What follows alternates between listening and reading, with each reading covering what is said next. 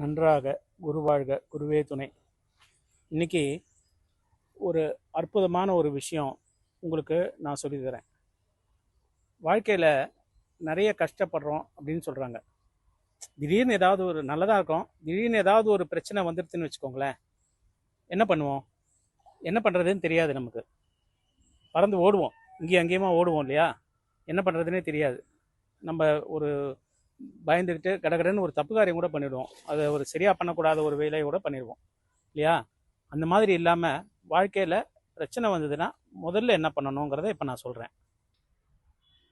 உடனடியாக நம்ம செய்ய வேண்டியது, அருகில் இருக்கக்கூடிய ஒரு கோவிலுக்கு போங்க.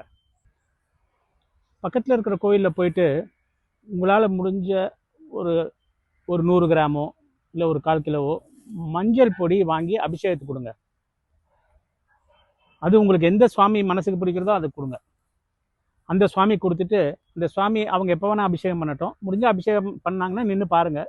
அப்படி இல்லைன்னா இந்த மஞ்சள் பொடியை கொடுத்துட்டு நீங்கள் எந்த சுவாமி கொடுத்தீங்களோ கை கூப்பி அந்த சுவாமிகிட்ட அந்த பொறுப்பை கொடுத்துருங்க. சுவாமி, எனக்கு இந்த கஷ்டம் இருக்குது, இதை தீர்த்து வைங்க அப்படின்னு சொல்லிட்டு வாங்களேன்.